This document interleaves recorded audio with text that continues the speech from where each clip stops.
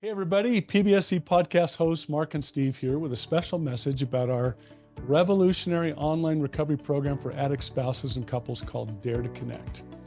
Multiple times every week, we get messages from subscribers in the program. They're people just like you. They're trying to heal from the devastation of sex and porn addiction and betrayal trauma. And here's a few of our most recent submissions. Here's one from an addict in recovery. It says, D2C has principles that everyone should utilize regardless of their circumstances. It doesn't matter your coping mechanisms. It matters that you want to work towards genuine connection with your partner. That's awesome. Another testimony from an addict continues on. My wife is just starting out in training as a licensed therapist. Dare to Connect has been far more useful to her than her degree. Wow. The way Mark and Steve apply what they've learned is always so redemptive. D2C has opened doors for my relationship that I thought would be shut forever. Mark and Steve are an incredible resource of information on the subject of sex addiction and betrayal trauma. We could not do this journey without their help. Here's one from a partner who's been with us for nearly a year. I want you both to know that it is because of you guys and D2C that I'm able to be in the place that I am today. I will always be grateful to you both for your feedback and prompt replies to my questions. I can't even come close to putting it into words how valuable my time spent with y'all this past year has been to my life. Thank you for everything you taught me about betrayal trauma and boundaries and thinking errors and loving myself and making myself a priority and standing up for myself. Love that submission. And then as we close out here today, guys, one more account from another addict in recovery. I wish I had a platform like this 14 years ago where I could have learned and done the hard work of recovery before I had done all this damage to myself and to my spouse. And to be candid with all of you, that's exactly why we created Dare to Connect. Mark and I found ourselves in that place. Messages like these and the others like them, they're what Dare to Connect really is all about, guys, and why Mark and I do what we do. Whether you're an addict or a partner of an addict, and no matter where you find yourself in the recovery process, Dare to Connect can take you to the next level. Don't wait another day to catapult your recovery forward. Today is your day for change. Visit us at daretoconnectnow.com to pick up your free 2-week trial of Dare to Connect today.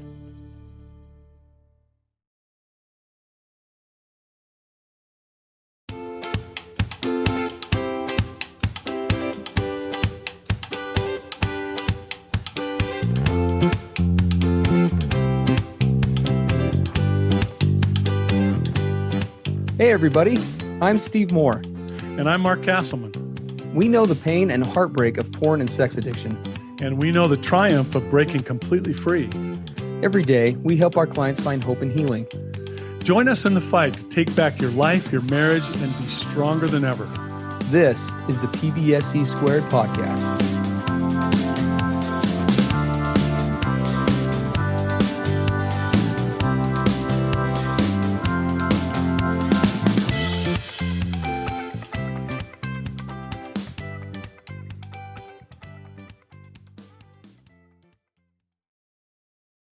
Hey, everybody. Welcome to the PBSE podcast. This is episode 323.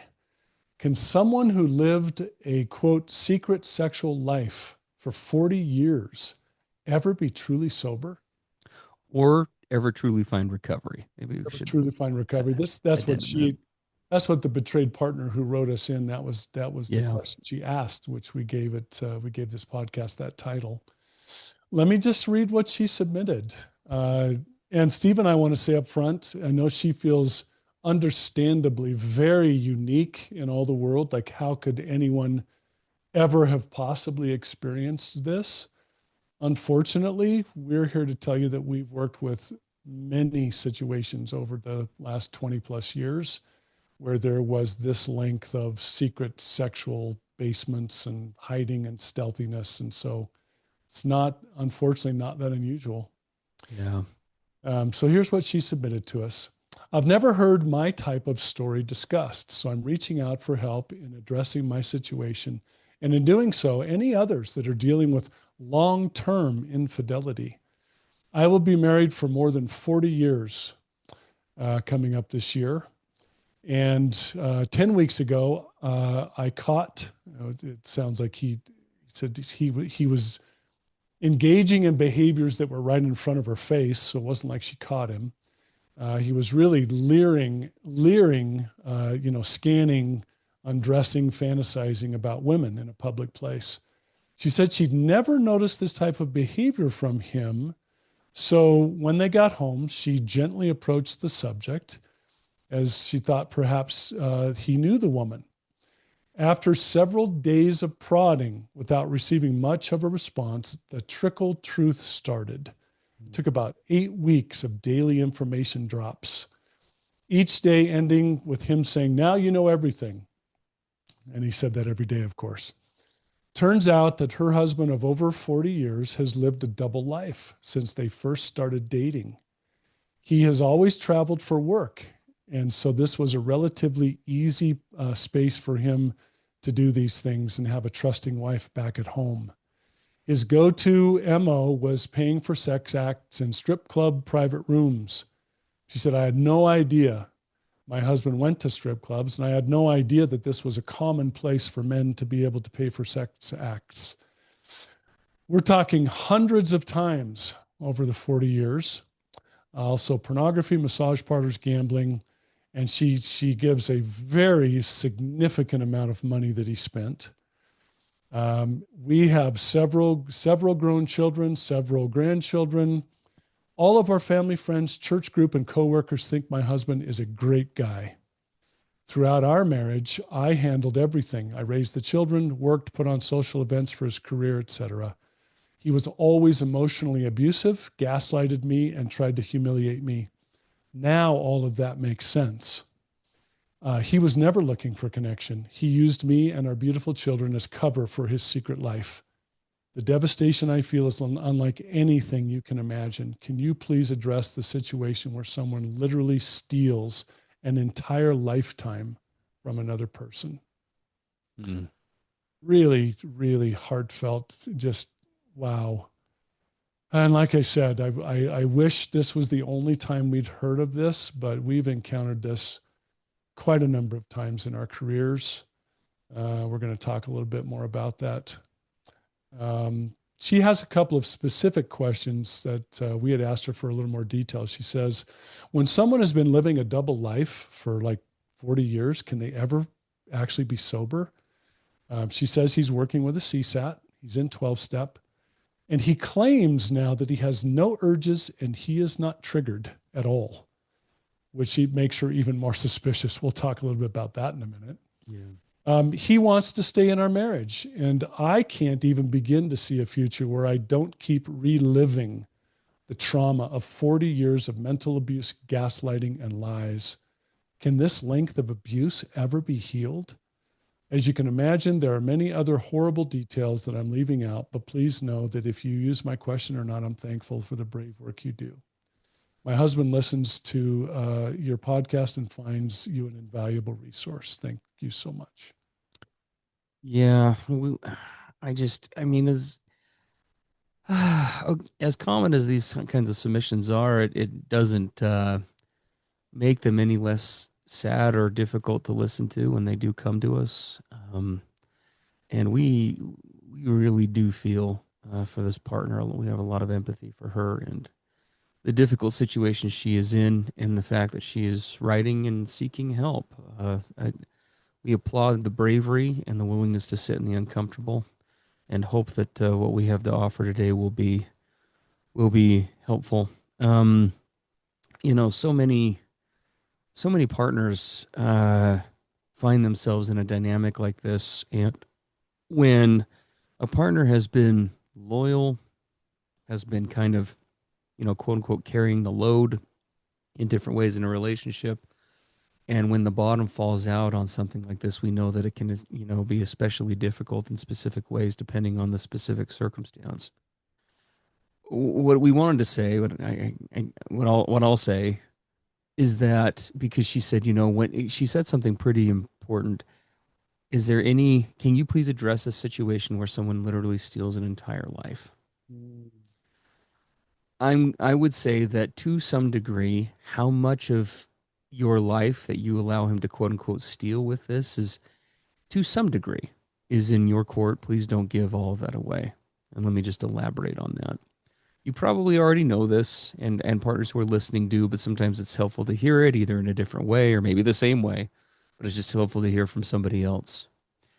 If you came into your relationship and you made, I'm going to use the term sacred, if you made sacred promises, if you made sacred commitments to your partner and you upheld and kept those, his lack of not doing so does not compromise the sanctity with which you showed up. Totally agree. It doesn't make it any less special.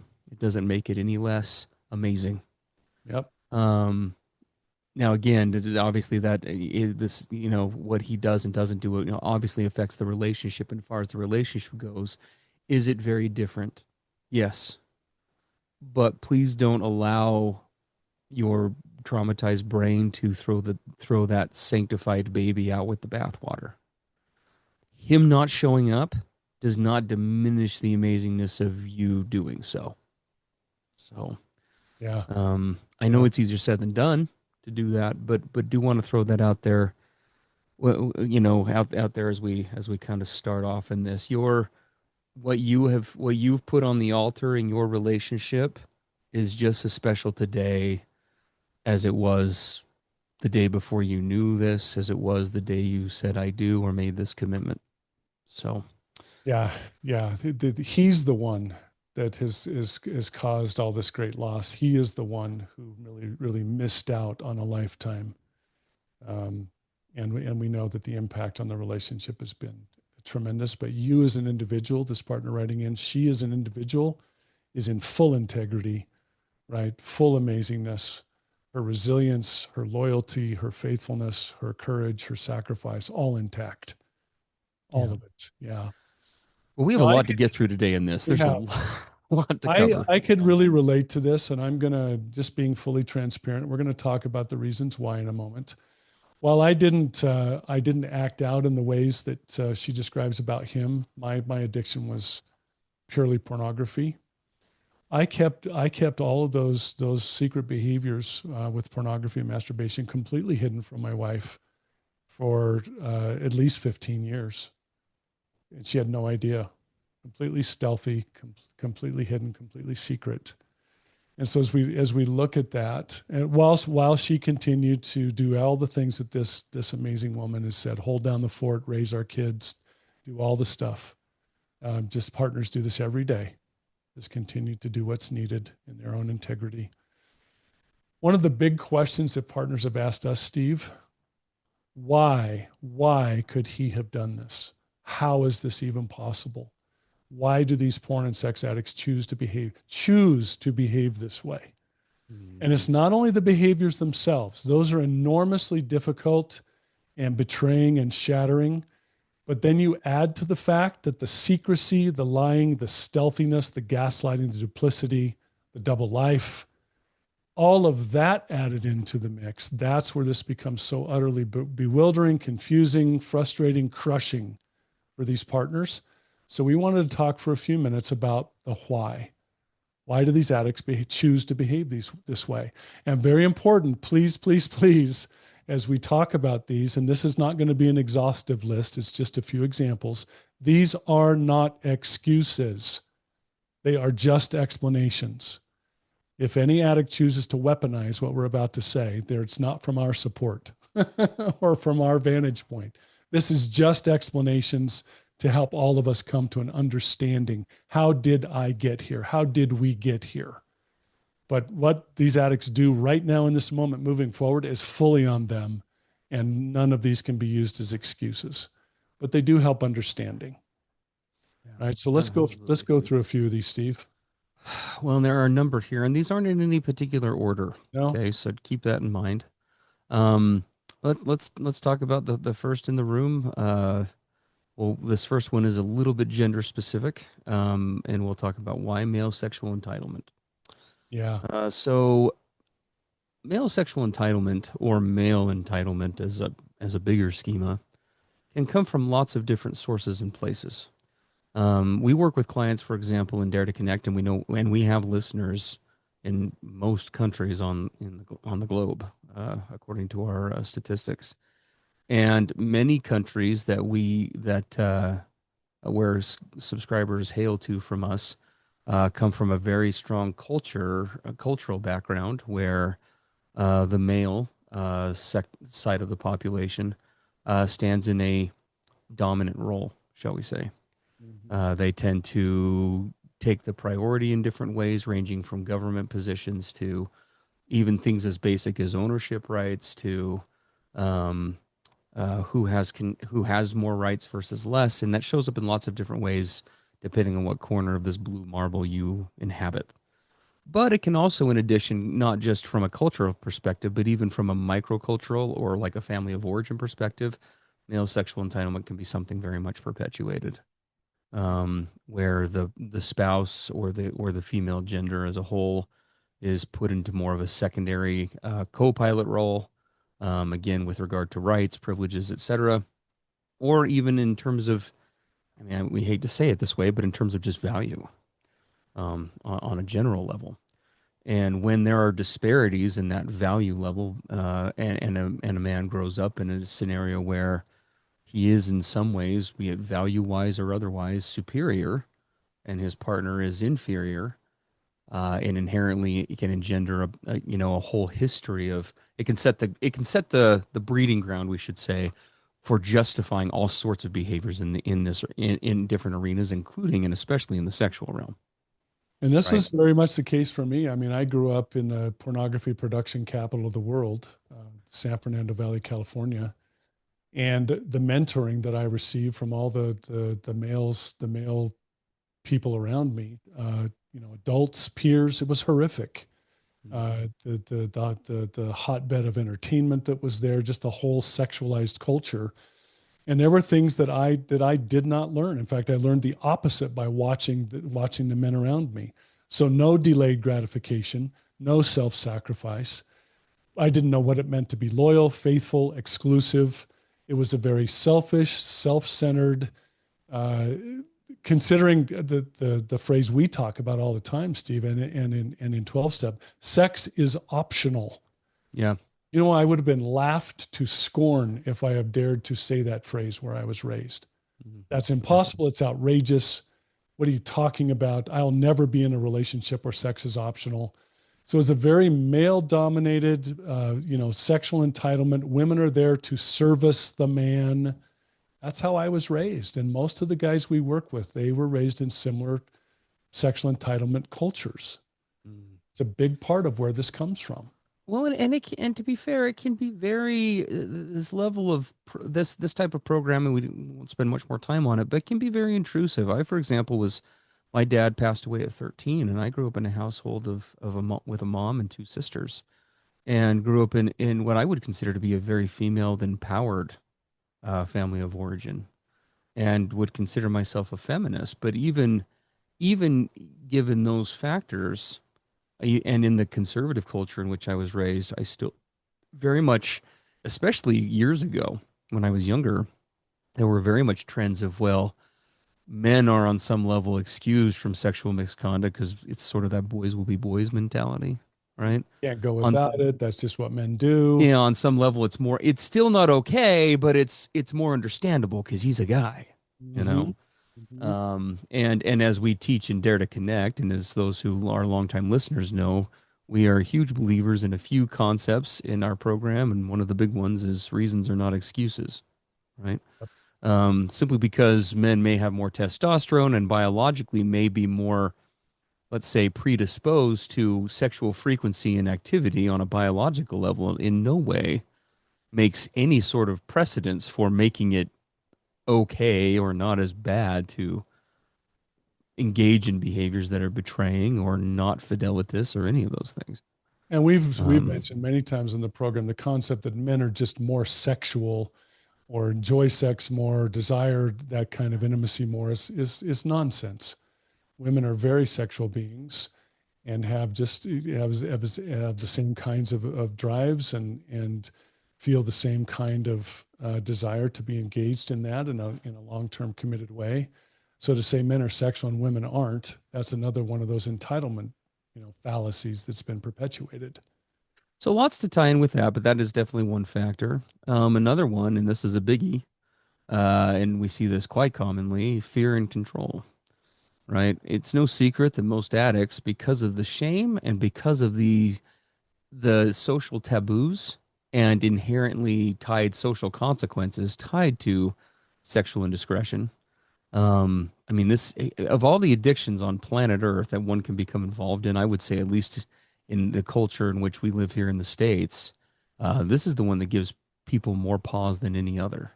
Even when you talk to very liberal crowds, I mean, careers in Hollywood have been ended because of sexual indiscretion. Mhm. Careers in Hollywood are, in some ways, are almost one could be argued made if you've done a few stints in rehab for drugs or alcohol. But gosh, you go into rehab for sexual infidelity or indiscretion, people disown, they back away. I mean, so you can imagine, especially among other, I guess you could say, standardized or more conservative cultures, the fear around being found out, being discovered is tremendous.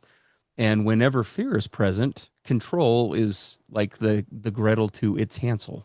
That's exactly right, right? Because Um, she asks about how could he do more than 40 years of secrecy, right? This secret sexual basement that he was living in, and it's this fear of outcome and consequences.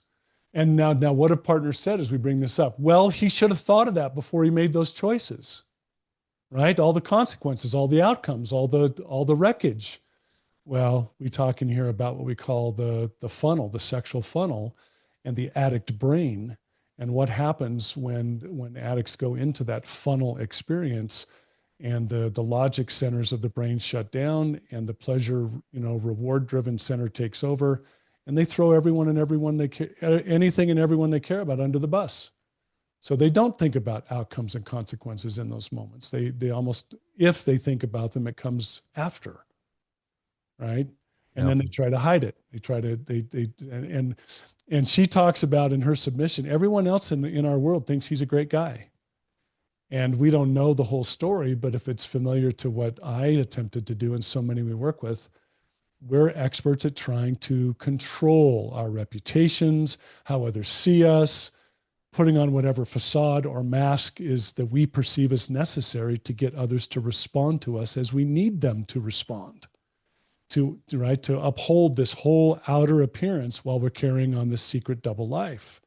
And we yeah, will go to great lengths to keep all that intact. Great lengths. yeah.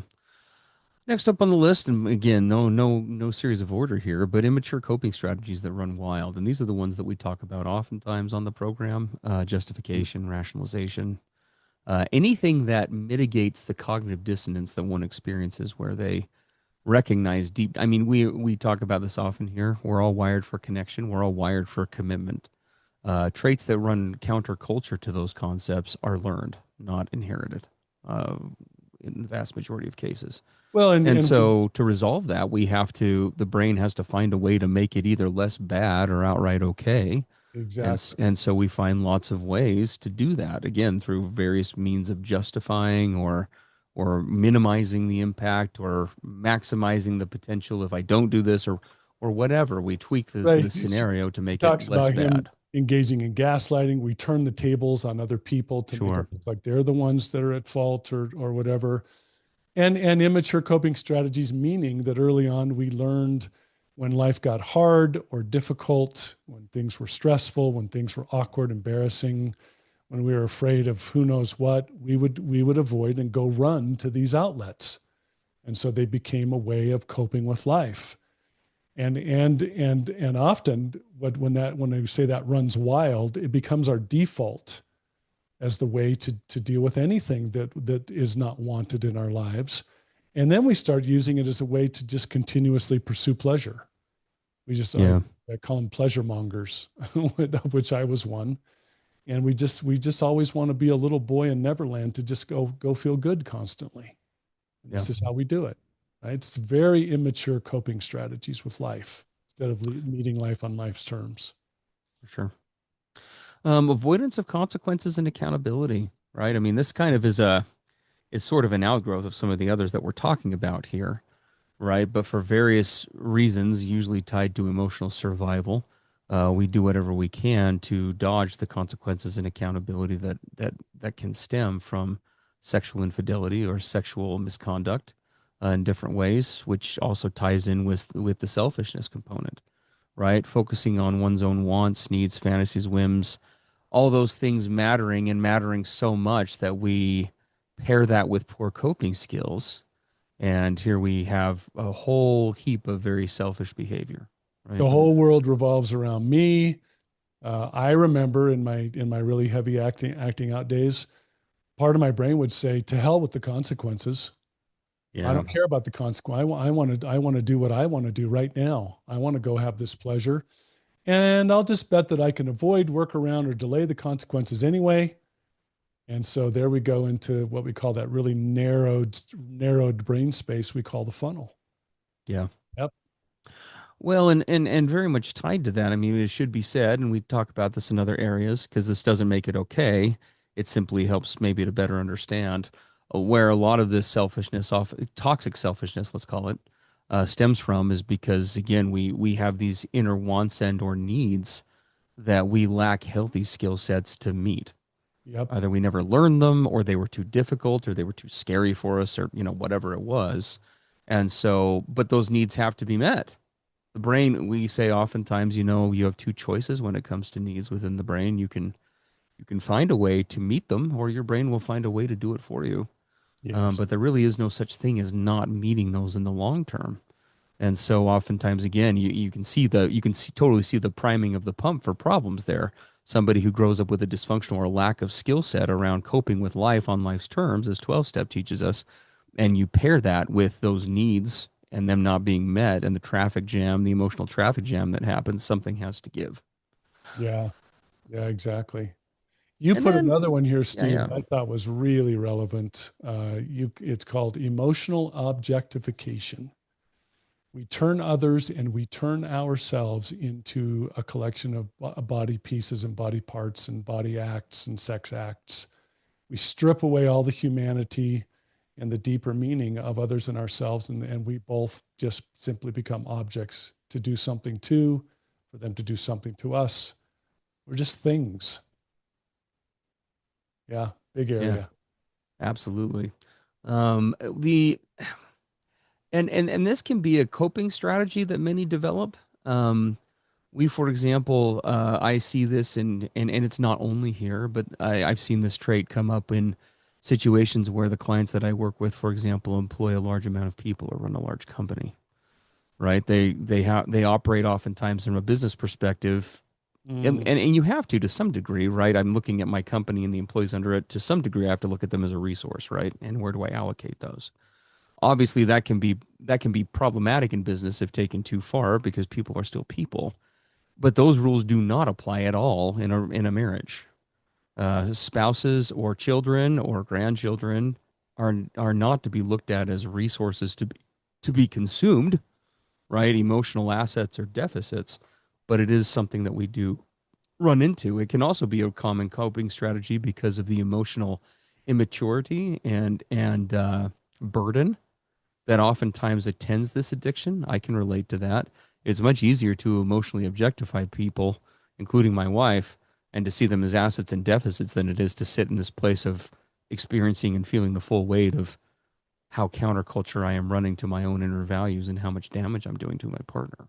yeah, yeah, So, yeah. so those are some of the potential causes, conditions, etc. Okay.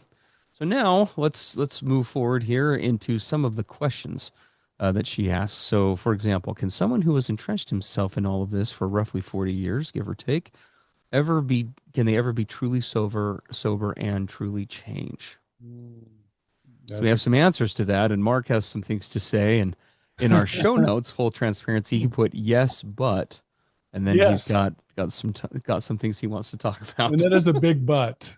I mean, we want to be. We're always positive and optimistic because we ourselves have changed and are in the process of changing. We've worked with a lot of guys who have severe, deep addiction, which mine was, coupled with a lot of severe mental health issues. There is a way out. There is a way through, but We need to really, as addicts, we need to face what that's actually going to take. She says something here that really lit up my red flags. He claims now, and remember, this is after like 8 or 10 weeks. And this is 40 years. And he absolutely had issues before they were married. I guarantee it. So we're talking at least 4 decades. And now he claims he has no urges and is not triggered in any way. She says, which makes me even more suspicious, which it should, right? This is 40 years of him rewiring his brain, of deeply entrenched thought patterns, attitudes, behaviors attached to powerful rewards. And he developed a literal super highway of wiring for thinking and behaving this way over more than 4 decades. You don't turn that around in a day, a week, a year. This, in fact, Patrick Carnes, kind of the godfather of sexual addiction recovery, says 3 to 5 years to get to a place where you're actually healthy and connected, right, in the way you live your life. So there's a lot of work to do here. This was a part of my recovery that I really had a hard time with, because I wanted to recover according to my rules and according to my expectations. And I was the one who was convinced for actually quite a few years, I was going to be the one that discovered the shortcut to quick recovery, to rewiring the brain, to all of this being done and gone. Mark was going to be the one who discovered it.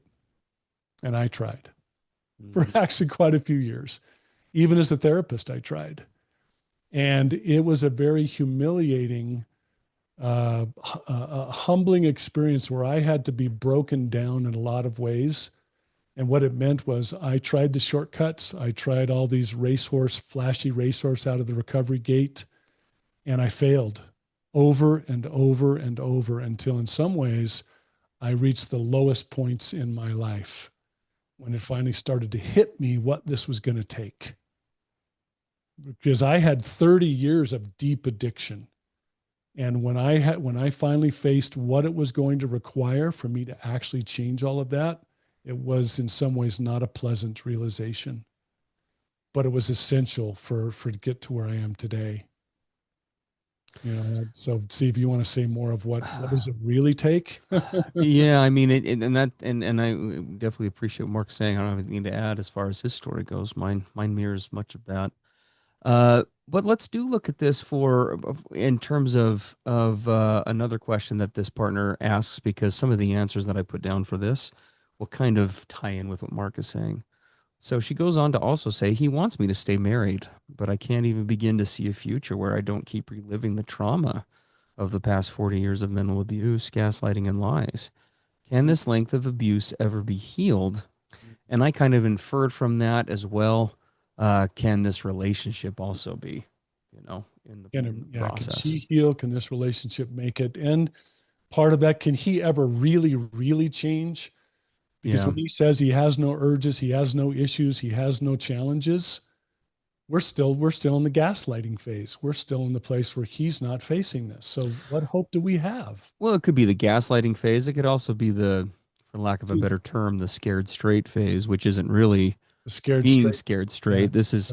This is where the barrel of consequences to the head is big enough that it's overriding addictive behavior. Mm-hmm. Sometimes we call it the pink cloud of recovery. As I said a minute ago, the flashy racehorse out of the gate that's racing around the track of recovery. Yeah.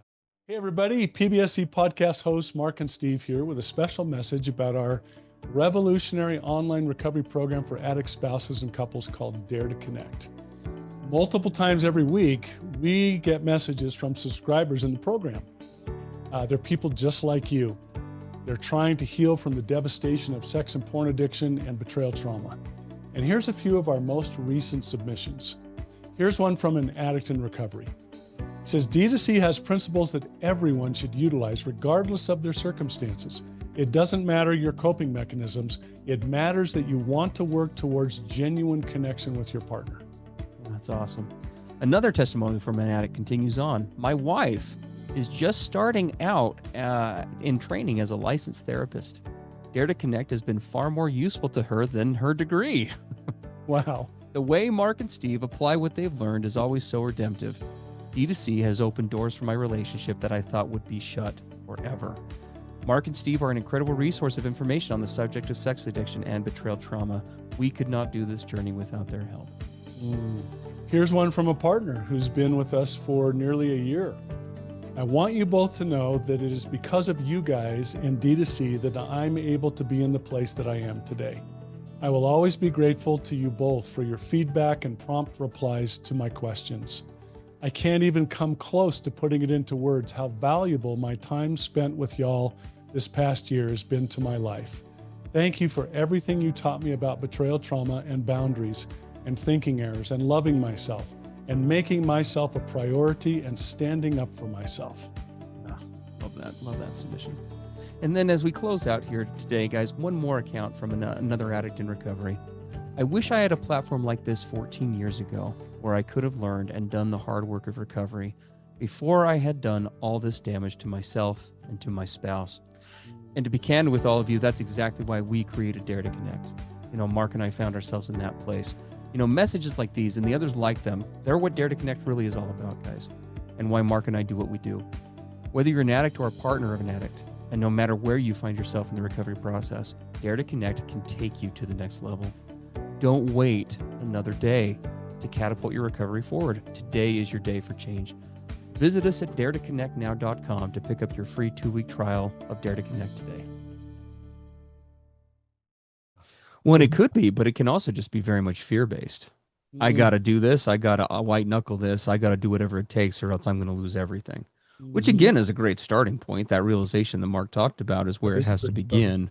Yeah. But guys easily become stuck there. And that's part of the problem because that place has not been and never will be sustainable.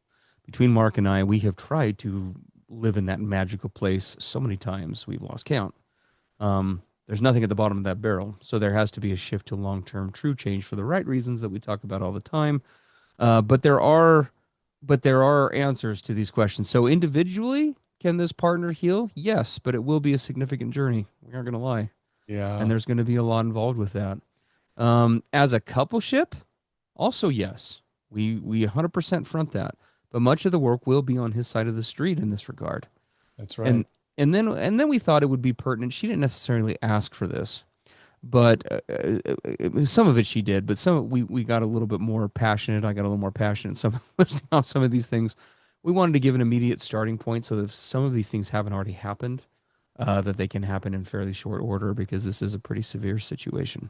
So if he, for example, wanted to know what do I have to do to really start the true process of change and recovery, we're about to give you the practical in the trenches stuff. That if it hasn't happened, it has to. Well, and he should be leading the charge on all of these if he's really serious about this. Yep. So let's just go through these. So first and foremost, and I appreciate Mark reminding me of this because I launched into some other things. But immediate STD testing of both partners, with the partner having documentation signed by the betraying partner's medical professional that allows her to see the results for herself, not given through him. Absolutely. Would be critical. Now I can almost hear this partner, according to what she has said, and maybe he has said this, I don't know. Well, he hasn't had, and maybe some of you will resonate with this. Well, he hasn't had any physical contact with anybody else. Well, maybe not. This trickle truth process has been she says she okay. Yeah, yes. So, but regardless, for those who are listening, if you have heard the line, well, I didn't ever actually have contact with anybody. Again, maybe not. Trickle disclosure is a real thing. Ownership is a process that many addicts are not well acquainted with, and you're going to want to establish a firm base of physical safety before anything else. So both of you, not just him, both of you go get tested immediately. And he needs to sign a HIPAA release form that gives her full access to his results. So that she's seeing it for herself, not given the story through him. Okay. You can't have safety if you're talking about order of operation in the brain, this partner's brain is never going to feel emotionally safe without physical safety. Physical safety trumps everything else in the brain. It overrides everything. If you are not physically safe, and you talk about like the Maslow's hierarchy of needs in the brain, if physical safety is not guaranteed or at least sufficiently provided, the brain can't even process the emotional stuff. Okay. And So and that and part of a measurement of where he's at in the sincerity of his recovery is how willing he is to go through this process. for sure. And if his ego pops up, well, I'm telling you, shouldn't you believe? No, she shouldn't believe you. No. If you're to this addict, and we say this with all the love in the world, to this addict or ones who find themselves in a similar situation, if she is believing you at this stage, she needs to have a bigger conversation with a professional. Right. No rational person would believe you at this stage, and they shouldn't. They simply shouldn't. So that's something that can come down the line through action, but not at this stage. Next up on the list, a full therapeutically led formal disclosure should take place, most likely with polygraphs incorporated into the process. So we've talked about that in other podcasts. There are many that we've done on formal full disclosures, but ensuring, again, given the lack of trust and the inability to provide verification, I would be, if it was me as a CSAT providing this, working with this guy, that's what I would be recommending. So, And the trickle truthing that she describes that happened over 8 or 10 weeks, that does not qualify as a formal disclosure well, process. no, if anything, it reinforces the need for a formal disclosure. Exactly. That it justifies the whole reason for one in the first place, because he's clearly not in a place where he is either willing or able, or both, to be forthcoming. Yeah. So that would absolutely need to happen. An examination of the partner's own authentic self, paired with current wants and needs, as well as needed boundaries and consequences attached to those within the relationship, will be critical if healing in this relationship is to be possible. So while he's doing his work, among the trauma work that she's going to be doing is going to be an examination of her and where she's at in her life, what the pros and cons are of being in this relationship, how well do those match up with her authentic wants and needs now, and does she see potential in the relationship going forward that outweighs the potential risks of staying? I hate to make it that academic, but that is the really short, accurate answer. There needs to be a weighing and an authentic examination of that. Is this something that I want to do? Is it something that I can do? And is it something that's authentic for me to do so? And that's going to take time, and it's going to take some emotional distance from him. Just to state the obvious, she should be doing that work completely separate from any sort of engagement with him. That is a conversation between her therapist, and possibly some support people, not him. Yep. Yep. So that's what we would say there. Mark, you want to do these next couple? Yeah, this other one's huge actually, because when a guy in recovery really, if he says he's fully willing, fully sincere, as we've had guys say, I'm willing to do whatever it takes, right, to get well and to save this relationship and to restore this trust. You have to understand, when we've spent 10, 20, 30, 40, 50 years of dishonesty and gaslighting and deception and all the various tactics and strategies that we use, we have to, in some ways, learn how to, quote, live in honesty from scratch. We don't know how. It's become such a part of our personalities and approach. We don't know what it means to live in integrity and to live in honesty. This is one of the biggest things that this guy is going to need to decide if he's willing to do. That's why a full formal disclosure process is essential as the first part of that. The STD test and giving her all the results. He needs to see if he's willing to go through the process to start to explore why. Why did he behave in these ways? Where did it come from? What does the history of deception and sexually acting out and gaslighting, what does that look like? And is he willing to dig deep, to not just own it, but to understand where it came from so that he can then share with her where it came from? He needs to, I'm telling you guys, any guys listening, the hardest part of recovery, true recovery for me, was learning how hard it was and what it would take to become a man who lives in honesty and transparency. I didn't know what that was. Well, I mean, I don't tell really big, huge lies all the time. I had so many ways of hiding things that were so stealthy and subtle that becoming honest I thought it was going to finish me off. It was so hard. It took years. And Yeah. it's one of the things he's got to tackle. Yeah, for sure. Well, and I mean, I'll just say a little bit more about the why, because I mean, let's just say for sake of argument, and I don't really believe it, but let's say that, say for sake of argument, he magically, and it is possible to be fair. I suspect it's not, but let's say that he truly isn't having any current urges or desires. That still doesn't in any way mitigate the responsibility for figuring out how did I get here and why. If you do not map out the why, you will repeat it. You Absolutely. will. It's not a question, it's not a maybe, it's an inevitability. It's how the brain works.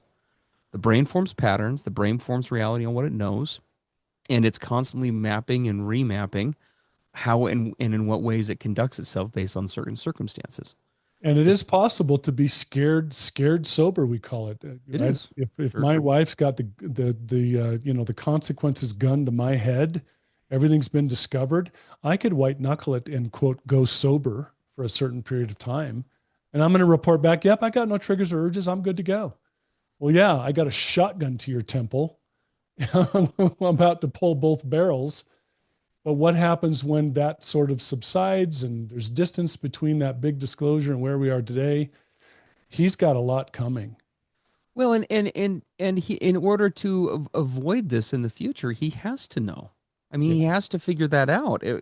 If and she that and we haven't even touched on her needing that, because the reality is again his a man's word in a situation like this, she would have bigger issues if she were believing what he's saying right now. Now again, that doesn't mean that he's 100% lying guaranteed, but it does mean that she should be wary, and we're way past the stage of talk. This needs to be very much action based. If you're truly healing, then you should have the shame resiliency to look at the uncomfortable.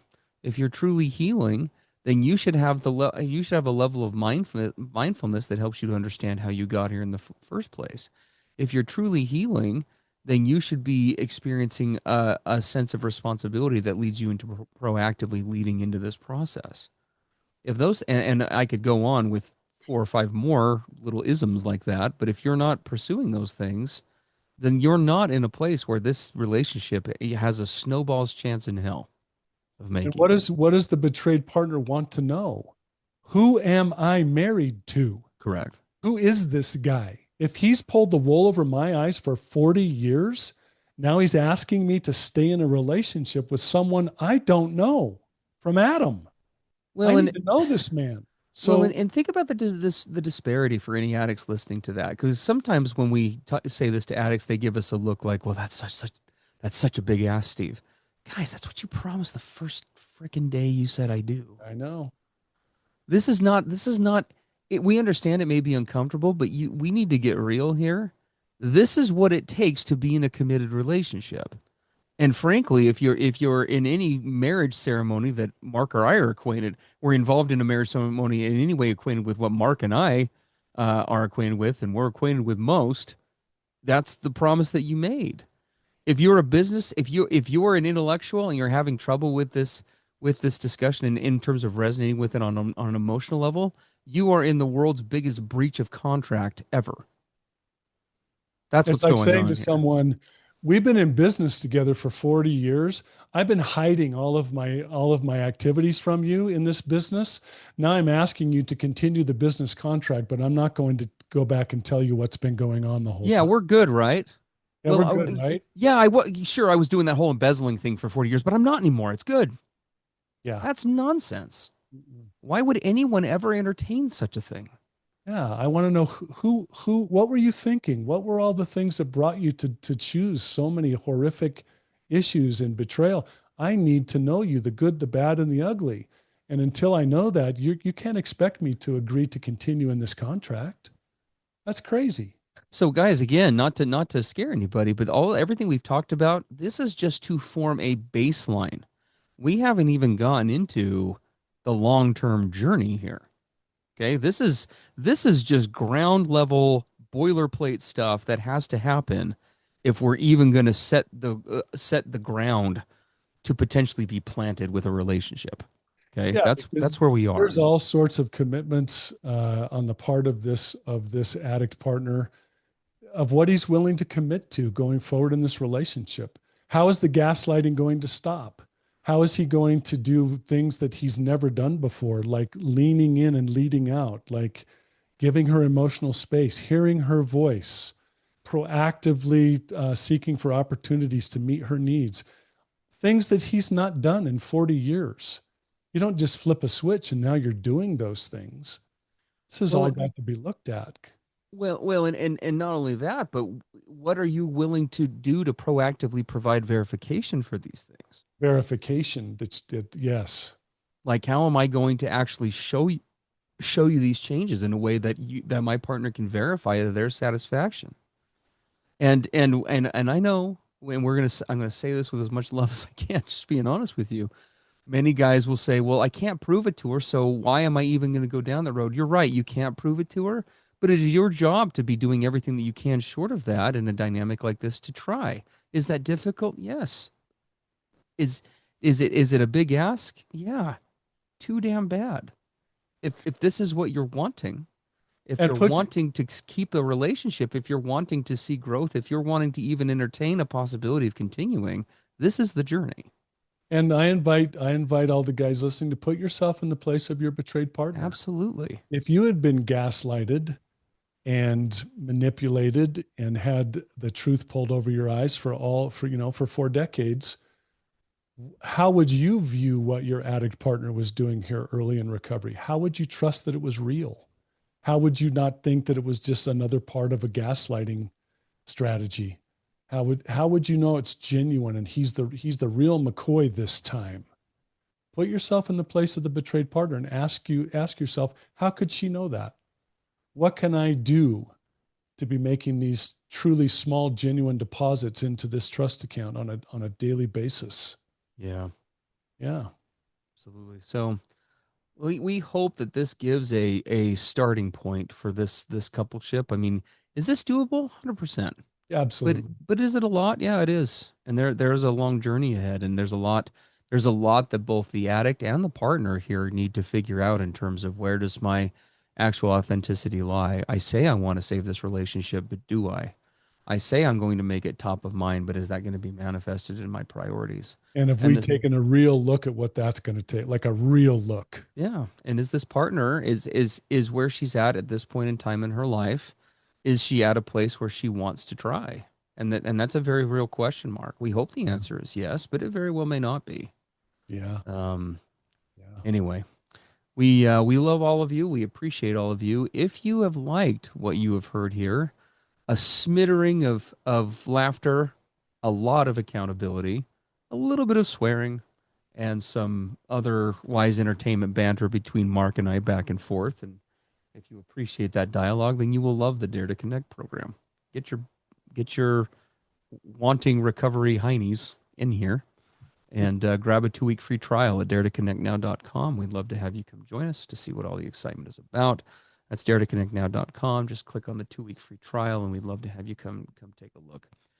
For those who are wanting to send in questions to be addressed here on the program, and have those addressed when we can get to them, usually in about 4 to 6 weeks, depending. You're welcome to go to that same website, daretoconnectnow.com, click on the PBSC podcast logo up at the top, and you can send that to us, your questions and story to us through the contact form at the bottom. Yeah. Well, as always, thanks for being here with us. Thanks for having the courage and the willingness to even participate in this at all. Greatly appreciate and admire all of you. And we'll pick up things on our next episode. Yeah, absolutely. Have a great one, guys. Everything expressed on the PBSC podcast are the opinions of the hosts and the participants and is for informational and educational purposes only. This podcast should not be considered mental health therapy or as a substitute thereof. It is strongly recommended that you seek out the clinical guidance of an individual qualified mental health professional. If you're experiencing thoughts of suicide, self-harm, or a desire to harm others, please dial 911 or go to your nearest emergency room.